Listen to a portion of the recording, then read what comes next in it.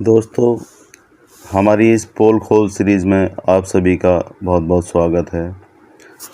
दोस्तों, ये हमारा पोल खोल सीरीज़ का पहला वीडियो है और इसमें हमने अग्नि पुराण को लिया है और ये अग्नि पुराण का पहला अध्याय है।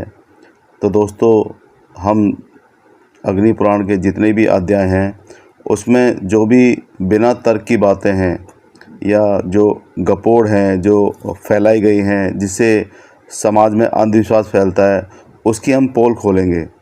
तो दोस्तों, हमारे साथ इस वीडियो में लास्ट तक बने रहें और दोस्तों, आपका सहयोग हमारे लिए सराहनीय है। तो दोस्तों, शुरू करने से पहले हम अपना यह डिस्क्लेमर देख लेते हैं, उसके बाद हम ये वीडियो शुरू करते हैं। चलिए दोस्तों, शुरू करते हैं। यह है दोस्तों अग्नि पुराण पहला अध्याय, मंगल आचरण तथा अग्नि और वशिष्ठ के संवाद रूप से अग्नि पुराण का आरंभ। तो दोस्तों, इसमें हम ये संस्कृत के श्लोक तो नहीं पढ़ेंगे क्योंकि इससे काफ़ी लंबा वीडियो हो जाएगा। हम हिंदी में ही इसका अनुवाद पढ़ेंगे।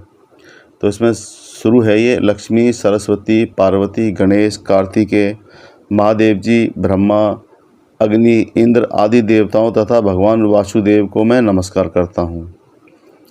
नैमिषारण्य की बात है, शौनक आदि ऋषि यज्ञों द्वारा भगवान विष्णु का यजन कर रहे थे। उस समय वहाँ तीर्थ यात्रा के प्रसंग से सूत जी पधारे। महर्षियों ने उनका स्वागत सत्कार करके कहा। ऋषि बोले, सूत जी, आप हमारी पूजा स्वीकार करके हमें वह सार से भी सारभूत तत्व बतलाने की कृपा करें जिसके जान लेने मात्र से सर्वज्ञता प्राप्त होती है। यानी कि दोस्तों, जिसके सिर्फ जान लेने से ही सर्वज्ञता यानी कि सब कुछ प्राप्त हो जाता है। तो दोस्तों, हम भी पढ़ लेते हैं कि हो सकता है कि हमें भी सब कुछ प्राप्त हो जाए। तो एक बार देखते हैं कि वाकई में ही ऐसा होता है।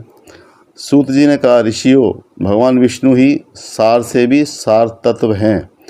वे सृष्टि और पालन आदि के कर्ता और सर्वत्र व्यापक हैं। वह विष्णु स्वरूप ब्रह्मा मैं ही हूँ। इस प्रकार उन्हें जान लेने पर सर्वज्ञता प्राप्त हो जाती है।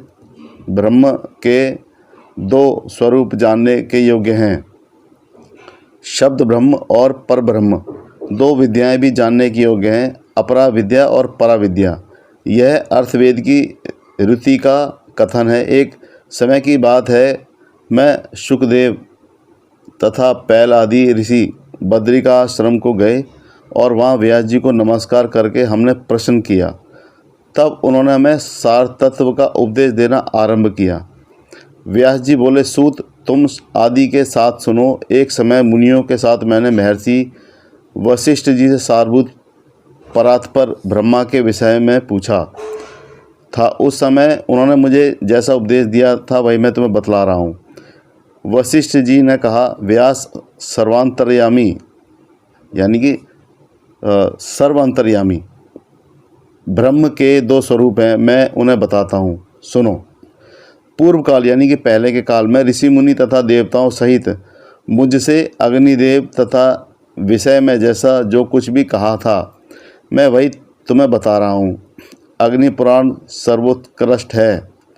इसका एक एक अक्षर ब्रह्म विद्या है, अतः यह पर ब्रह्म रूप है। ऋग्वेद आदि संपूर्ण वेद शास्त्र अपर ब्रह्म है। पर ब्रह्म स्वरूप अग्नि पुराण संपूर्ण देवताओं के लिए परम सुखद है। अग्निदेव द्वारा जिसका कथन हुआ है वह अग्नि पुराण वेदों के तुल्य सर्वमान्य है। यह पवित्र पुराण अपने पाठकों और श्रोताजनों को भोग तथा मोक्ष प्रदान करने वाला है। भगवान विष्णु ही कालाग्नि से विराजमान है। वे ही ज्योतिर्मय परात्पर परब्रह्म है।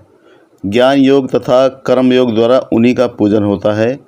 एक दिन उन विष्णु स्वरूप अग्निदेव से मुनियों सहित मैंने इस प्रकार प्रश्न किया।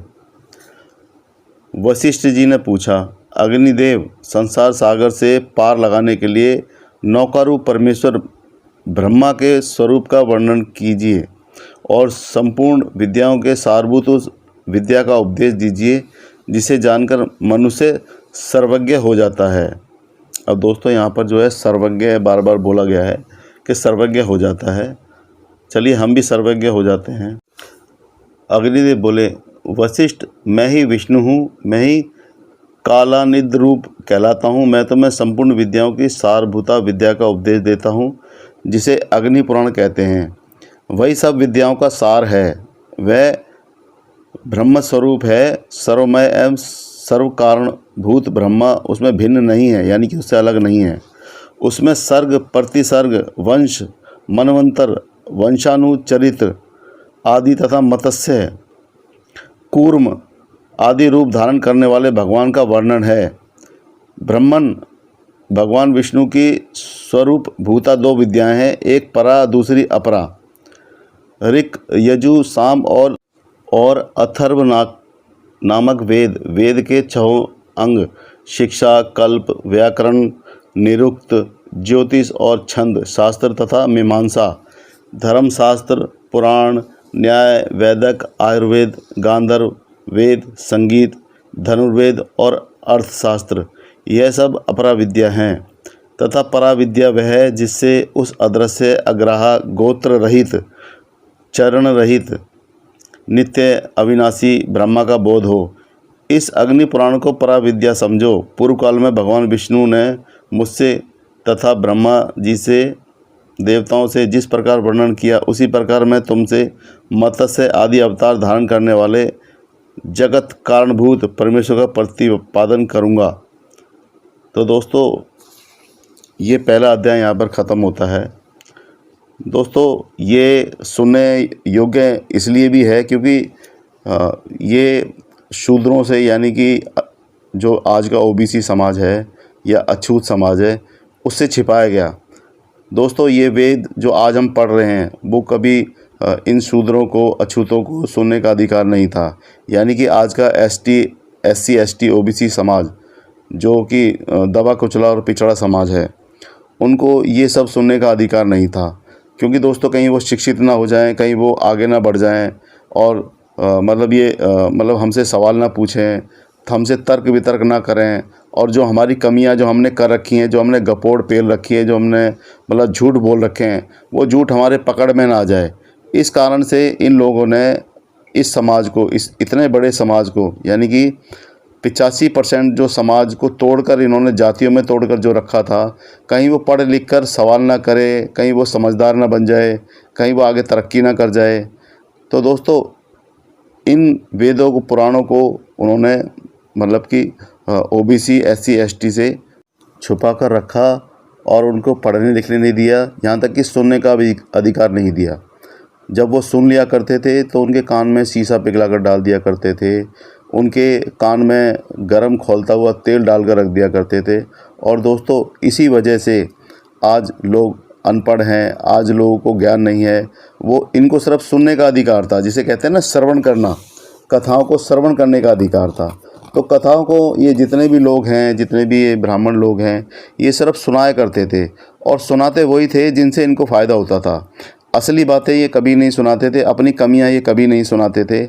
आज हम लोग पढ़ लिख कर इनके जितने भी ग्रंथ हैं, इनके जितने भी वेद पुराण हैं, उसमें जितनी भी कमियां हैं आज हम खोल कर रखते हैं, इसलिए हम इसको पोल खोल सीरीज़ बोल रहे हैं। तो दोस्तों ये समाज के हर तबके को सुननी चाहिए कि ब्राह्मणों ने आप लोगों से क्या क्या छिपाया है, आप लोगों को कैसे कैसे अंधकार में रखा है, आप लोगों से मतलब दान दक्षिणा लेने के चक्कर में आपको कैसी कैसी गपोड़ कथाएं पेली हैं। दोस्तों ये ज्ञान नहीं, ये कहीं ना कहीं अंधविश्वास में डालने के लिए ये गपोड़ कथाएं हैं। और दोस्तों जब आप इसमें आगे बढ़ेंगे तब आपको पता चलता रहेगा कि वाकई में मतलब जो इनके मन में आया वो उन्होंने इस कथाओं के अंदर पेला है। जो इनके मन में आया उन्होंने अपने तरीके से मतलब इसको बनाया है। उसमें काल्पनिक कथाएं, गपोड़ कथाएं, जो मतलब जिस तरीके से भी हो सकता था इन्होंने अपनी कल्पनाओं के घोड़े दौड़ाए हैं, और वो तर्क की कसौटी पर कहीं भी खरे नहीं उतरते। चलिए दोस्तों, इसी के साथ ये हमारा ये पहला अध्याय यहाँ पर समाप्त होता है, और हम अगले अध्याय में आपसे मिलते हैं। आपसे निवेदन करते हैं कि दोस्तों इस सीरीज़ यानी इस पोल खोल सीरीज़ को सफल बनाने में हमारा सहयोग करें। और दोस्तों हमारे चैनल जन जागरण को सब्सक्राइब करना ना भूलें, क्योंकि दोस्तों आपका सहयोग ही हमारी शक्ति है। इसी के साथ ये अध्याय यहीं पर समाप्त होता है और दोस्तों अगला वीडियो आने तक इंतज़ार कीजिए। धन्यवाद।